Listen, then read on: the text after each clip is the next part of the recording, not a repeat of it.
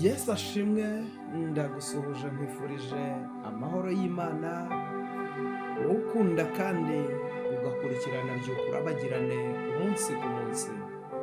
Reka nkwifurize amahoro y'Imana, reka nkwifurize umugisha w'Imana, nkwifurize uburinzi butangwa n'Uwiteka Imana ishobora byose aho uherereye. Mu by'ukurabagirane ikundwa n'abantu benshi mu mpande zigiye zitandukanye z'isi, bari mu Rwanda, bari muri Uganda, bari mu Burundi, abari muri Kenya, Zambia, Malawi, Mozambique, muri Afurika yose barahari badukurikira. Imana ibahe umugisha. Abadukurikira bari hanze ya Afurika, diaspora, bari mu Bufaransa, bari Canada na Amerika, bari muri Australia, bari mu Bubiligi n'ibindi bice byose bigiye bitandukanye bigize isi. Imana iguhereza umugisha. Iyi ni by'ukurabagirane kuko umucyo wawuje. Uyu munsi turi ku wa mbere, tariki 16 ukwezi ni ukwa karindwi, umwaka ni umwaka w'2026. By'ukurabagirane kuko umucyo wawe uje. Reka nkubwire ikintu buriya nta wigeze yizera Imana ngo Imana imuhemukire. Niyo mpamvu rero bivuze ngo nta wakwiringiye Imana ngo imuhemukire, nta wayikoreye ngo akorwe n'isoni. Nta muntu wiringiye Imana ngo Imana imuhemukire. Ndagira ngo mvugane nawe, abantu barahemuka ariko Imana yo ntabwo izaguhemukira. Abantu baguhemukira, inshuti zaguhemukira. Birashoboka yuko wakorera n'umuntu akaguhemukira akakwambura, birashoboka, ariko hari Imana idahemuka. Buriya Imana ni indahemuka, Imana ni inyizerwa. Mu bihe byose uzizera Imana, nzi neza ko utazigera uhomberwa. Ntuzigera wibaza impamvu ngo kubera iki nakurikiye Imana, ngo kubera iki nagendanye n'Imana. Dawidi yabivuze neza, aravuga ngo nari umusore none dore ndashaje. Haleluya! Nari umusore none dore ndashaje, sindigera mbona umukiranutsi waretswe cyangwa ngo urubyaro rwe rusabirize. Sindigera mbona umukiranutsi waretswe, sindigera mbona umukiranutsi watawe cyangwa ngo urubyaro rwe rusabirize. Haleluya! Ntabwo umukiranutsi w'Imana ajya atabwa, ntibishoboka.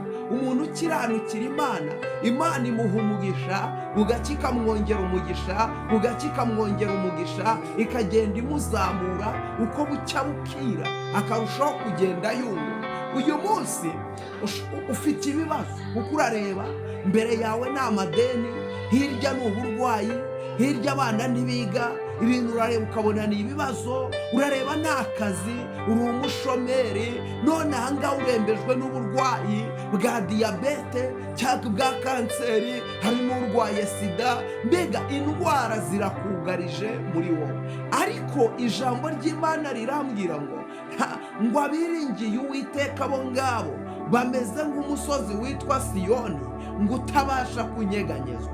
Ngo nk'uko imisozi igose Yerusalemu, niko Uwiteka agose abantu be. Nyumvira iki kintu, niba Imana ikugose iburyo n'ibumoso, urumva ari icyo uzaba. Niba Imana ikugose iburyo n'ibumoso, urumva igiteye ubwoba ari iki? Nta kintu na kimwe giteye ubwoba, nta kintu na kimwe kirimo gikanganye. Wowe ikintu usabwa ni kimwe, urasabwa kwizera Imana, urasabwa guhanga amaso mu ijuru, urasabwa kwiringira Uwiteka kandi ukarwana intambara. Ntabwo wakwiringira umuntu ariko kandi ngo umuhemukire.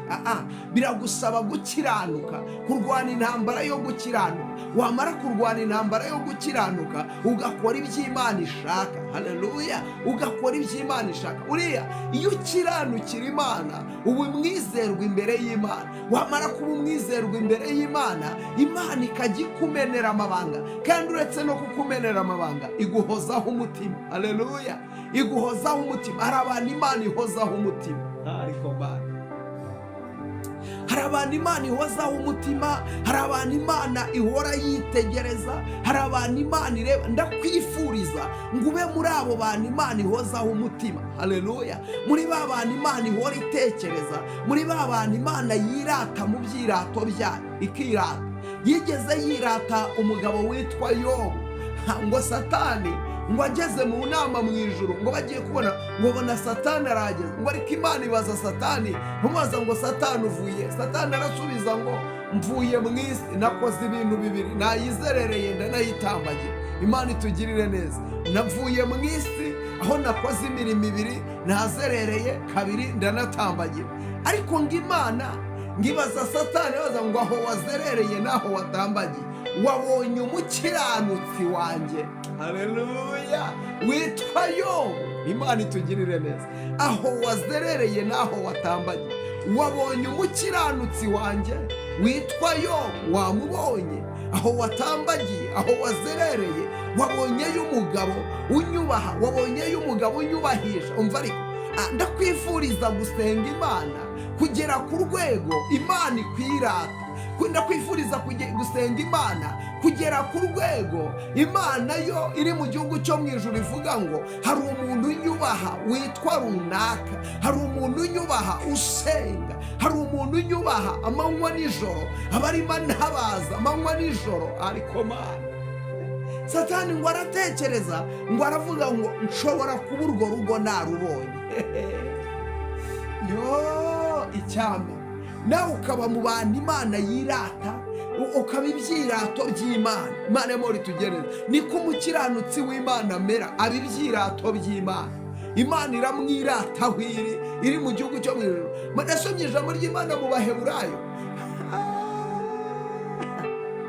ngo Abaheburayo ibice 11, ngo abatubanjirije barinze bapfa bakizera ngo ibyo basezeranijwe ko bazabibona, ngo barinze bapfa ngo bakizera ko ibyo basezeranijwe n'Umwami Imana bazabibona, ngo ntabwo bigeze muri bo bagambirira gusubira inyuma cyangwa gukumbura iyo bavuye. Ntibishoboka, ngo kuko iyo baza kuba barakumbuye gusubira iyo bavuye, ngo baba barabonye uburyo bwo gusubirayo. Ngo ariko ngo ntabwo bigeze bakumbura gusubira iyo bavuye. Ngo kubera iki? Kuko babonaga iyo bajya ari heza. Haleluya. Ngo babonaga Imana yarabiteguriye umudugudu. Imana ishimwe cyane. Babonaga Imana, ariko Mana, Yesu we, ngo babonaga Imana yarabiteguriye umudugudu ngo urushijeho kuba mwiza kurusha iyo si babagamo, ngo bigatuma rero bahorana inzara n'inyota byo gutumbira uwo mudugudu, byo guhorana inzara n'inyota byo kuzaba muri icyo gihugu. Imana ishimwe. Bagahorana inzara n'inyota byo kuzabana n'Imana. Umva ijambo nkuru, ngo nicyo cyatumaga Imana itagira isoni. Ariko Mana, ngo ntabwo Imana yigeze igira isoni zo kwitwa Imana yabo. Haleluya. Ngo ntabwo Imana yigeze igira isoni n'akanya na gato ko kwitwa Imana yabo. Ngo igihe cyose Imana yahoraga iri proud ko ari Imana yabo. Ariko si uyu munsi wowe Imana ikurebye yaba proud yawe. Imana ntigira isoni zo kuba ari Imana yawe.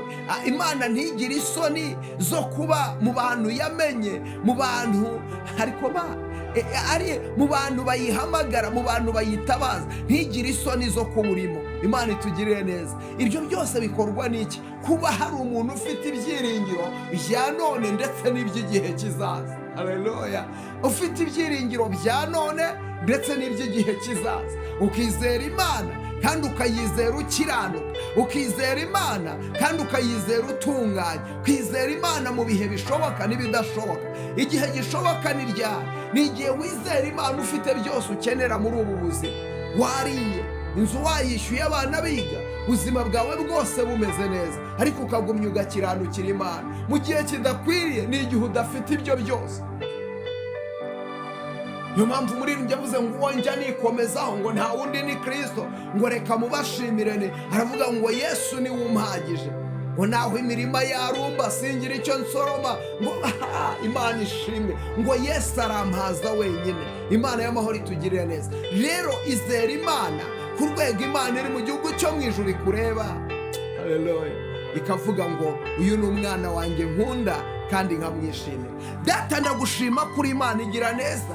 Nta wakwiringiye uzigera akorwa n'isoni, nta wakwiringiye uzigera mwara, ntawakwiringiye uzigera aseba, ntawakwiringiye uzigera ajya hasi, ntawakwiringiye Mana uzigera ananizwa. Ndasengera ubwoko bwawe bwari bunkurikiye muri iyi byuka urabagirane y'uyu munsi. Reka buri muntu wese Mana umuremera ubuhamya bushya, buri muntu wese umuremera amateka mashya, buri muntu wese umuharurira inzira, buri muntu wese umubera Imana, buri muntu wese umubera umurengezi. Uri Imana y'amasezerano, uri Imana itananirwa, uri Imana idatsindwa, hirya yawe nta yindi Mana. Ndasengera abamama, ndasengera abagabo, ndasengera abakobwa, ndasengera abasore, aba bose Mana bagirire neza, aba bose Mana babambira amahema, aba bose bihishurire, aba bose bigaragarize, aba bose bajya imbere ahataringaniye uharinganize. Uri Imana ivuga bikaba ndetse wategeka bigakomera. Kiza abarwayi, bohora ababoshye mu izina rya Yesu. Tanga akazi ku bashomeri mu izina rya Yesu.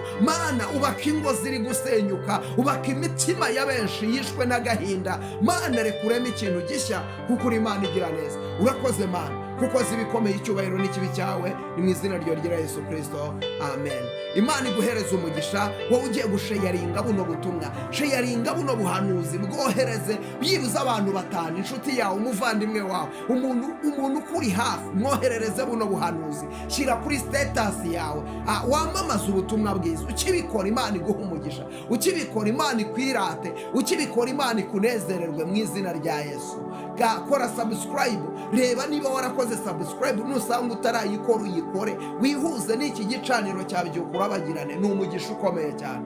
Kanda like, comment yawe ni ingenzi, ntugende utanditse utamira. Imana iguhereze umugisha. Ndabakunda. Byuka urabagirane kuko umucyo wawe uje kandi ubwiza bw'Uwiteka bukaba bukurasiye. Shalom, shalom.